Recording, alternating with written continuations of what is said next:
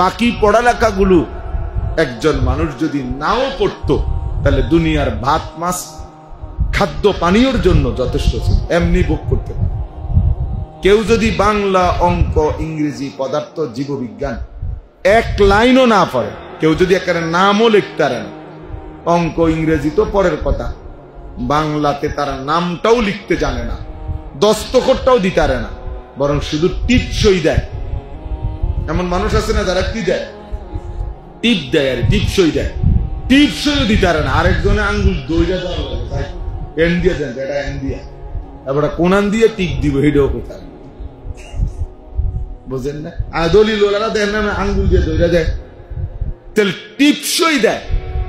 তাহলে এরকম এত মূর্খ যে নামটুকুও দস্তখত করতে জানে না, অথচ ওই লোকটাও দুনিয়া পূর্ণ ভোগ করে।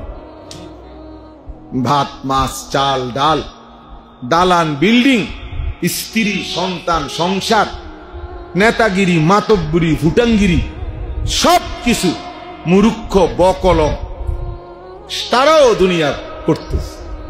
মূর্খ কোনো নেতা নাই, সই করতে পারে না এমন কোন নেতা নাই। আমি দেখছি না এমন নেতা আছে, আমার এলাকায় দেখছি কোটি কোটি টাকার মালিক, কোটি কোটি কোটি কোটি কোটি টাকার মালিক বেটা, হেইতে বেটা ফেফার উল্টে দেয়।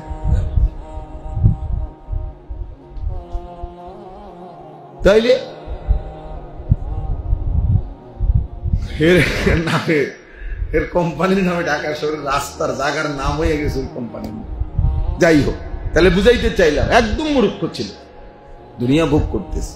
তার অধীনের কর্মচারী হলো তোমার ডক্টরেট ডিগ্রি করা কর্মচারী, যে তারে কর্মচারী যিনি বড় পিএইচডি করা, সে কয় ওনারে স্যার স্যার স্যার স্যার, হেতে স্যার কি এইটাও তো করতে পারে, তার বাসে জানেনি স্যার। কিন্তু আল্লাহ তাআলা তাকে কোটি কোটি টাকা সম্পদ দিচ্ছে। তাহলে দুনিয়া ভোগ করার জন্য এই পড়ালেখা না হলেও চলবে, কিন্তু কোরআন এবং সুন্নাহর ইলম ছাড়া আখিরাত মিলবে না। তাহলে বাংলা অঙ্ক ইংরেজি ছাড়া দুনিয়া মিলবে, কিন্তু কোরআন সুন্নাহ ছাড়া আখিরাত মিলবে না। আখিরাত তোমার মামুর বাড়ি না, আখিরাত তোমার মামুর বাড়ি না, আখিরাত কারো চাচার শ্বশুর বাড়ি না, আখিরাত বন্দিগির বিনিময়। কোরআনুল কারীমের মধ্যে আল্লাহ তাআলা বলছেন, জাযাআম বিমা কানু ইয়ামালুন, আমি আল্লাহ তাআলা তোমাকে এই যে জান্নাতের বিনিময় দিচ্ছি বান্দা, তোমার সারা জিন্দেগীর আমলের বিনিময়ে আমি আল্লাহ দয়া করে তোমার জান্নাত দিয়ে দিলাম। এ তোমার সেজদার বিনিময়। কুলু ওয়াশরাবু হানিআম বিমা আসলাফতুম ফিল আইয়ামিল খালিয়া। আল্লাহ জান্নাতি বান্দাকে বলবে, দুনিয়ার জীবন যে তুমি নেক আমলগুলো করেছিলে, আজকে তার বিনিময়ে আমার এই জান্নাতে খাও পান করো নিশ্চিন্তে নির্বিঘ্নে, নির্বিঘ্নে। এই জন্য প্রত্যেকটা আমলের জন্য ইলম জরুরি, ইলম জরুরি, কোরআন সুন্নাহর ইলম। এমনকি ঈমানের জন্য ইলম জরুরি। ফা'লাম আন্নাহু লা ইলাহা ইল্লা, ফা'লাম, আল্লাহ বলছে এ কথার ইলম অর্জন করো যে লা ইলাহা ইল্লাল্লাহ, আল্লাহ ছাড়া আর কোন ইলাহ নাই। এইটারও ইলম তোমার দরকার যে আল্লাহ ছাড়া আর কোন ইলাহ নাই বলতে কি, শিরিক কি, কুফর কি, তাওহীদ কি, ইখলাস কি, এটাও শেখা দরকার, এটাও জানা দরকার, এটাও বোঝা দরকার। অসংখ্য মানুষ এমনও আছে যাদের জবানে তো কালেমা এটা পড়তে পারে, কিন্তু বিশ্বাসে, কথায়, আচরণে, কলিজার ভিতরে কোনো বিষয়ে সে ঈমান হারা, সে জানেও না। কোন শব্দ, কোন বাক্য, কোন বিশ্বাস এমন করে রাখছে, এমন বলে ফেলছে যার দ্বারা তার ঈমান চলে গেছে। অথচ সে মুখেও এখনো পড়তে পারে লা ইলাহা ইল্লাল্লাহ, এটা কইতে পারে, কিন্তু বাস্তবে তার কি নাই, ঈমান নাই, তার তো খবরই নাই। আন তাহবাতা আমালুকুম ওয়া আনতুম লা তাশউরুন। আল্লাহ বলছে বান্দা, এমন হতে পারে যে তোমার পুরা জিন্দেগীর আমল ছুটে গেছে, অথচ তুমি জানো না। ওয়া আনতুম লা তাশউরুন, তোমার জানাই না। আহা ছেলেরা, তোমাদেরকে বলি বাবা, অনেক কথা, অনেক বিশ্বাস এমন আছে যে কারণে বেঈমান হয়ে যায়। অথচ তুমি তো মনে করছো তুমি শুক্রবারে জুমার নামাজ পড়ছো, তুমি মনে করছো তুমি শবে বরাতে নামাজ পড়ছো, তুমি মনে করছো তুমি রোজা রাখছো, কিন্তু এই সবগুলো কাউন্ট হওয়ার জন্য ঈমান জরুরি। এগুলো সব কাউন্ট হওয়ার জন্য ঈমান জরুরি। বিশ্বাস মূল বিষয়। ঈমানের সমস্যা, আকীদার সমস্যা বড় সমস্যা। এই জন্য ইলম জরুরি। কোরআন সুন্নাহর ইলম আমাদের প্রত্যেকে জরুরি। আমাদের হযরত মাওলানা আব্দুল মালিক সাহেব দামাত বারাকাতুহুমুল আলিয়া কে আমাদের জাতীয় মসজিদ বাইতুল মুকাররমের যিনি সম্মানিত খতিব, বাংলাদেশের মানুষ তাকে যেটুকু চিনে, আরব বিশ্ব গোটা পৃথিবীর ওলামা মানুষরা তার চাইতে 100 গুণ বেশি চিনে। বাংলাদেশে তিনি যেতটুকু সম্মানিত, মধ্যপ্রাচ্যে আরব বিশ্বে উনি তার চাইতে 100 গুণ বেশি সমাদৃত। জানো নি? আসা আরব বিশ্বের ইউনিভার্সিটিতে হযরতের কিতাব সিলেবাস হিসাবে পড়ানো এই খতিব সাহেব, যার বাবাই বলছিল আব্দুল মালিক রেডি একটু বিহ ভবিষ্যতে তে কেমনে চলবো। আহারে আমাদের কুমিল্লার মনোহরগঞ্জের লাকসামের হুজুরের বাড়ি, আমি গত 6 মাস আগে ওনার বাড়ির সামনে ওয়াজ করে আসছি। ওনাদের বাড়িটা দেখতে গেছি, ছোট্ট একটা বেড়ার ঘর, ভাঙা সোনা। অথচ উনি সারা পৃথিবী বিখ্যাত। আমি এখন মাওলানা ইয়াহিয়ারে বলছি, পুকুরের পানি লড়লে তো পুরাটাই লড়ে বোঝা যায়, কিন্তু মহাসাগরের নিচে অনেক ঝড় তুফান তোলপার হয়, উর্ফি দিয়া তাকাইলে মনে হয় পানি একদম শান্ত, কিন্তু ভিতরে তুফান চলতেছে। তা আমাদের বাংলাদেশে তো আমরা অনেকে অনেক বক্তারে মনে করি, এবারে সব বক্তা, সুবহানাল্লাহ, উনি শরীয়ত, উনি মারেফত, উনি তরিকত, উনি রাহনুমায়ে শরীয়ত, পীরানে পীর, দস্তগীর, উনি ভৈরবের ফুল, যমুনার ব্রিজ, কাঁটা বালিশ, লোড়া বদনা,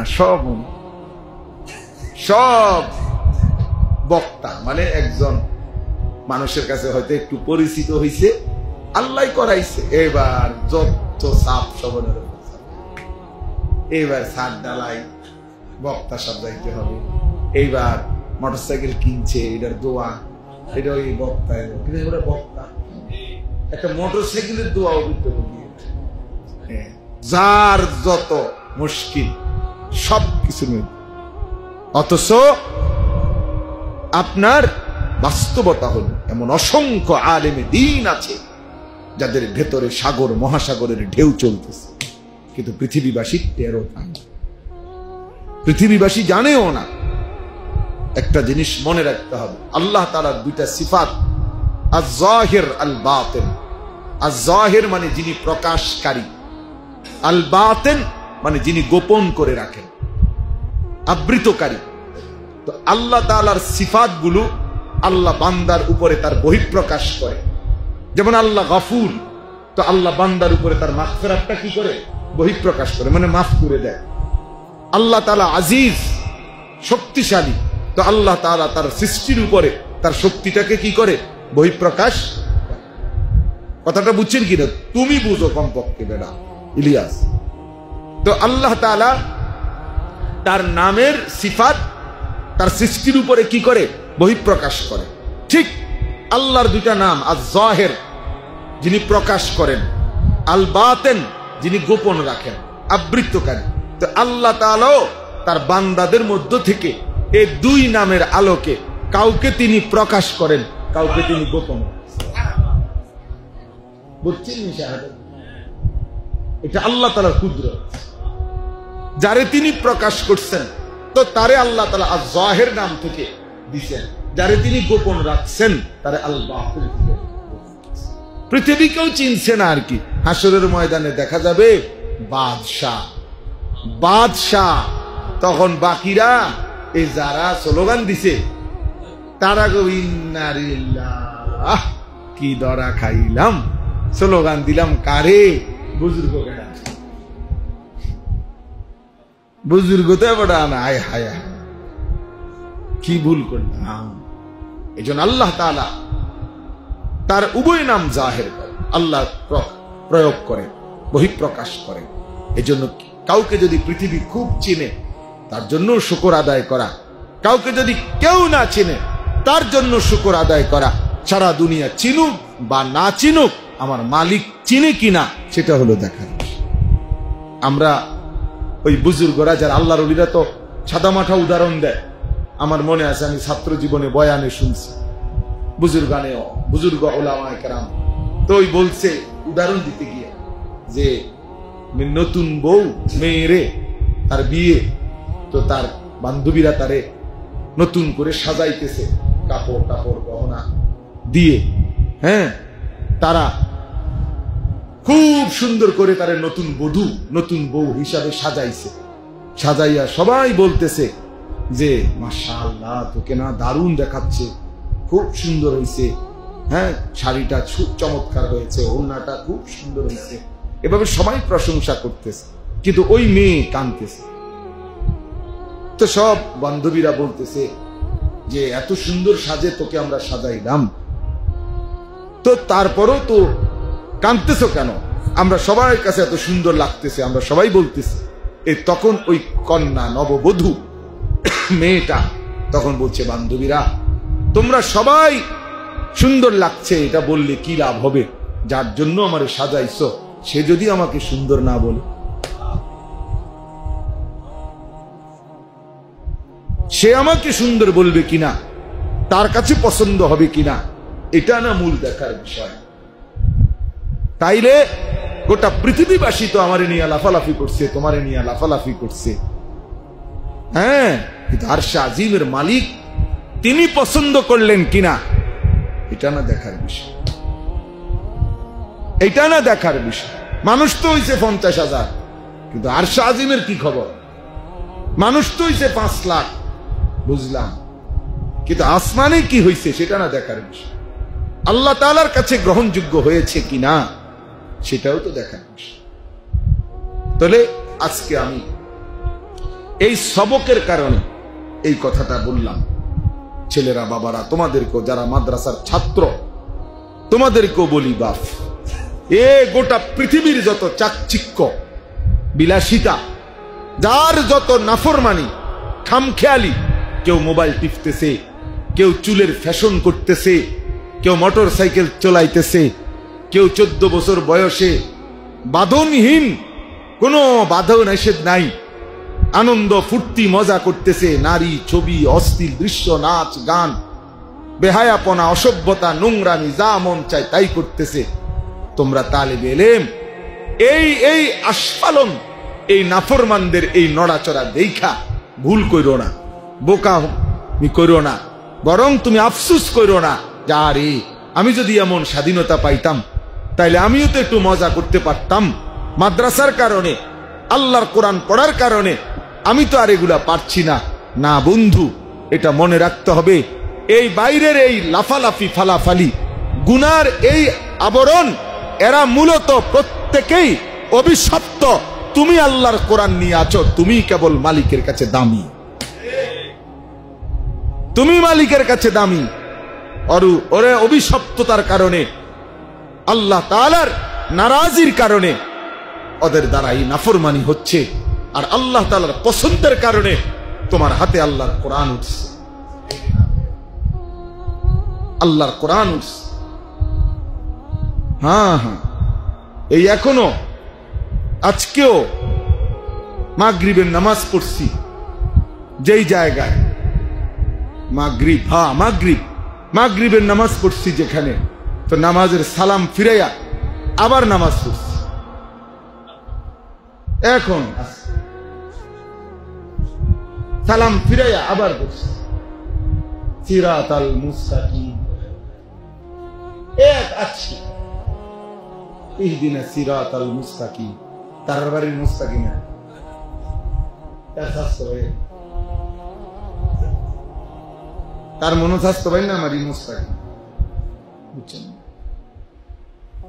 আফসোসের পরে আবার সালাম ফিরাই আমার দিকে আবার নিয়ে বেঙ্গালাইছে আমি কিতা করো কাতারে মাসের কোন দিকে যাও, বুঝছেন না? কই যাবো?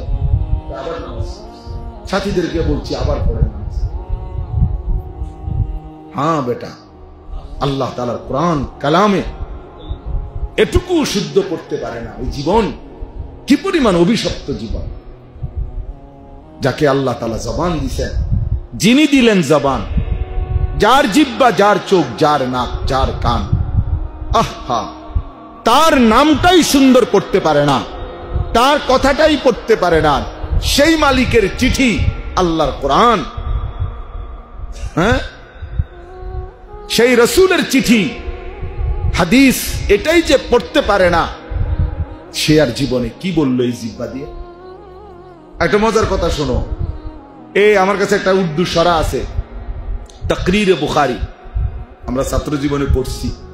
শেখুল হাদিস হযরত মাওলানা জাকারিয়া রহমতুল্লাহ আলাইহি, এই উনাকে, যার নাম আমি একটু আগে বললাম, উনারে একবার প্রশ্ন করছে যে হযরত রাসূলুল্লাহ সাল্লাল্লাহু আলাইহি ওয়াসাল্লামের এক একটা হাদিস কতবার পড়া উচিত, কতবার পড়া উচিত? হযরত তখন উত্তর দিছে, ওই উর্দু কিতাব আছে, প্রিয়তমের চিঠি কতবার পড়া উচিত।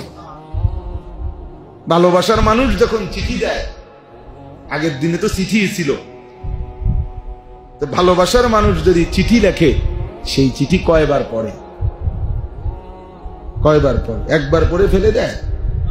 1000 বার পড়ে, 100 বার। প্রিয়তমের মেসেজ কতবার পড়ে? বারবার। তো রাসূলুল্লাহ সাল্লাল্লাহু আলাইহি সাল্লামের হাদিসও তো এভাবে 1000 বার, লাখো বার পড়া উচিত। রবের কালাম বারবার পড়া উচিত। আমার শায়েখ আল্লামা মুফতি মুশতাকুন নবী কাসিমি হুজুর রে, আমি যখন মাদ্রাসার ছাত্র ছিলাম, এরপরে ফারেগ হইলাম, না হয়তো আজকে কমপক্ষে 20 থেকে 22 বছর টানা আমি উনারে দেখতেছি। প্রতি বছর উনি উমরায় যায়, হজে যায়, ধারাবাহিক। আল্লাহর ঘরের প্রতি একটা পাগলা নেশা উনার, মক্কা মদিনার প্রতি। তা আমি একবার উনারে জিগাইছিলাম এমনি যে হুজুর, আপনি হজ উমরা কতবার করছেন? আমি বলতে পারিনি। তখন হুজুরে আমারে বলছিল, মাওলানা, এক উত্তর দিছে কি সুন্দর। হুজুর বলতেছে, মাওলানা, শ্বশুর বাড়ি মানুষ কয়বার যায় এটা কি গুনে রাখে? আপনি গুনছেন কয়বার শ্বশুর বাড়ি গেছেন? তার মানে প্রিয় জায়গায় কতবার গেছি এটা কি গুনার বিষয়? এত মহব্বতের বিষয়, এত ভালোবাসার বিষয়, এত মহব্বতের বিষয়, মহব্বতের বিষয়। এই জন্য আজকে দোস্ত, অনেক যে কয়জন জেনারেল বা শিক্ষায় শিক্ষিত তোমরা যারা ছেলেরা, বাবা, তোমাদের ওই পড়ালেখার প্রতি আমাদের কোনো ঘৃণা নাই, আমরাও জেনারেল লাইনে পড়ছি, কিন্তু শুধু একটাই অনুরোধ, কোরআনুল কারীমের এই সবক, আমি আজকে রাজাবাড়ি মাদ্রাসার এই সবকে এটা বলব যে তোমরাও সবাই, এবং আপনারা যারা কোরআন শরীফ পড়তে পারেন না, প্রত্যেকেই নিয়ত করো, এই জবান আল্লাহর দেওয়া, এই চোখ আল্লাহর দেওয়া। যার চোখ তার নাম বলতে পারে, যার জিহ্বা তার নাম পড়তে পারে না, তার কালাম পড়তে পারে। আলাম নাজআল লাহু আইনাইন ওয়া লিসানান ওয়া শাফাতাইন। আল্লাহ তাআলা জিজ্ঞাসা করবে যে বান্দা বলো, আমি কি তোমাকে 2টা চোখ দেই নাই? আলাম নাজআল লাহু আইনাইন, আমি কি জিহ্বা দেই নাই? আমি কি 2টা ঠোঁট দেই নাই? আমি দিলাম, আমার নাম পড়তে পারো না, আমার নাম বলতে পারো না। আজকে সারা পৃথিবীতে মুসলমানদেরকে নিয়ে সারা বিশ্ব ঠাট্টা করতেছে। মুসলমানের রক্তে জমিন ভাসতেছে, মুসলমানের লাশ আকাশে ছিন্ন ভিন্ন হয়ে টুকরা টুকরা হয়ে যাইতেছে।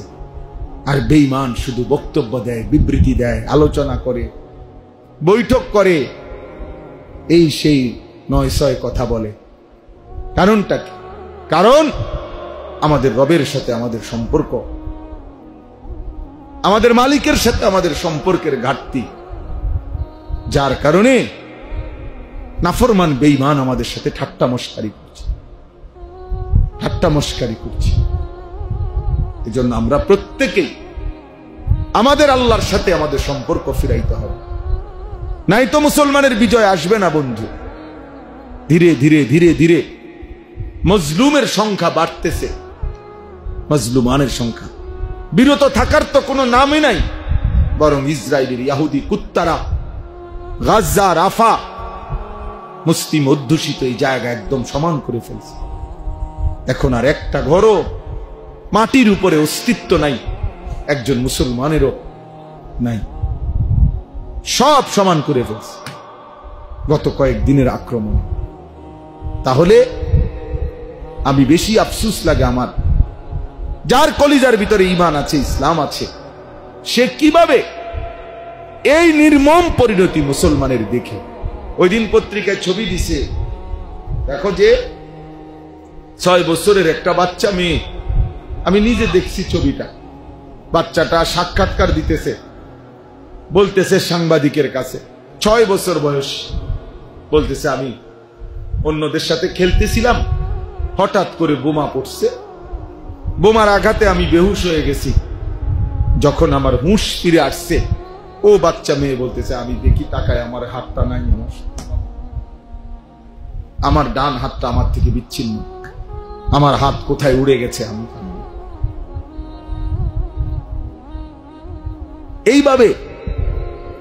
এইভাবে জলজ্জান্ত 3 বছরের 10 বছরের মাসুম নিষ্পাপ বাচ্চা যারা হত্যা করে, তারা তো কুত্তাও হইতে পারে না, মানুষ তো দূরে থাক,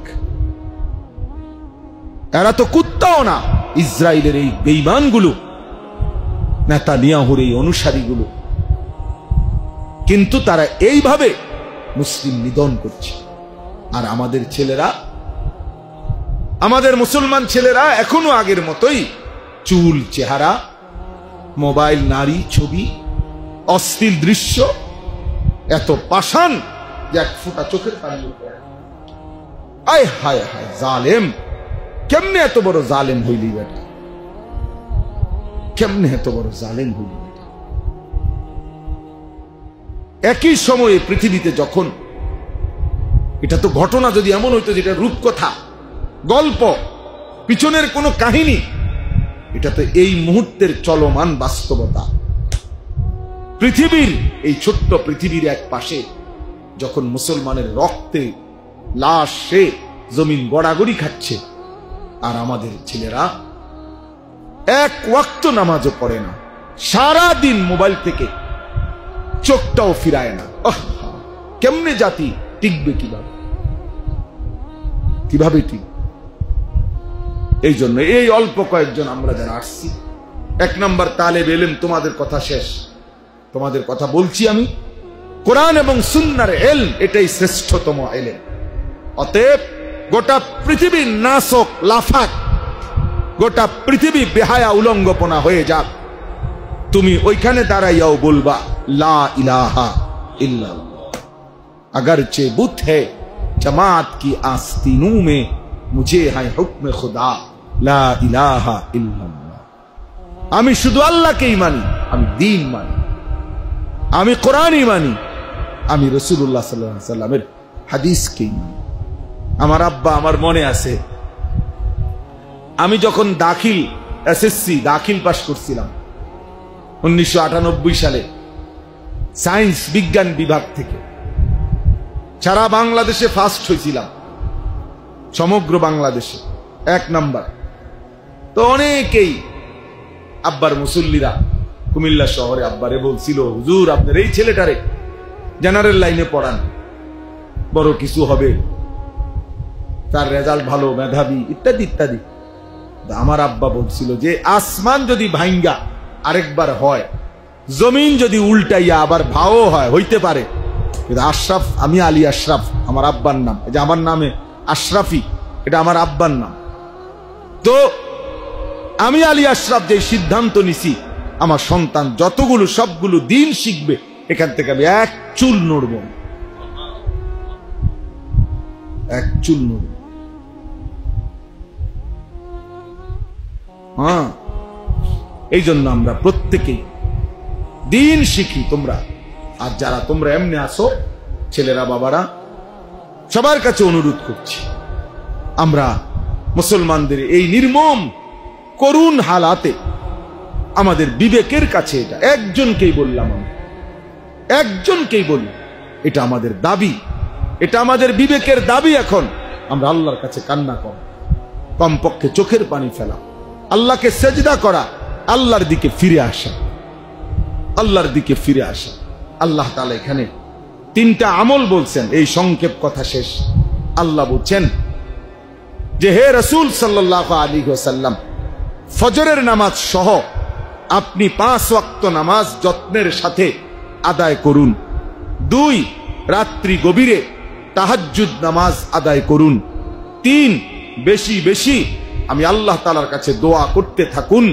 এই 3টি আমল যদি ঠিকমতো করেন, ফজর সহ 5 ওয়াক্ত নামাজ, রাত্রি গভীরে তাহাজ্জুদ নামাজ, আর বেশি বেশি দোয়া, তো আমি আল্লাহ ওয়াদা দিলাম, জা আল হাক্কু ওয়া যাহাকাল বাতিল, তাহলে হকের বিজয় হয়ে গেল, বাতিলের পরাজয় হয়ে গেল।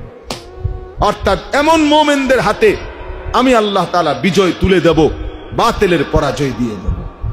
তাহলে আল্লাহ তাআলা আমাদের বিজয়ের জন্য, সফলতার জন্য, আমাদের কামিয়াবির জন্য নামাজকে মাধ্যম বানাইছেন, তাহাজ্জুদকে মাধ্যম বানাইছেন, দোয়াকে মাধ্যম বানাইছেন। আমরা যদি 5 ওয়াক্ত নামাজ ছেড়ে দেই, আমরা যদি আল্লাহর কাছে ডাকা ছেড়ে দেই, চোখের পানি ফেলা বন্ধ করে দেই, আমাদের বিজয় কোত্থেকে আসবে?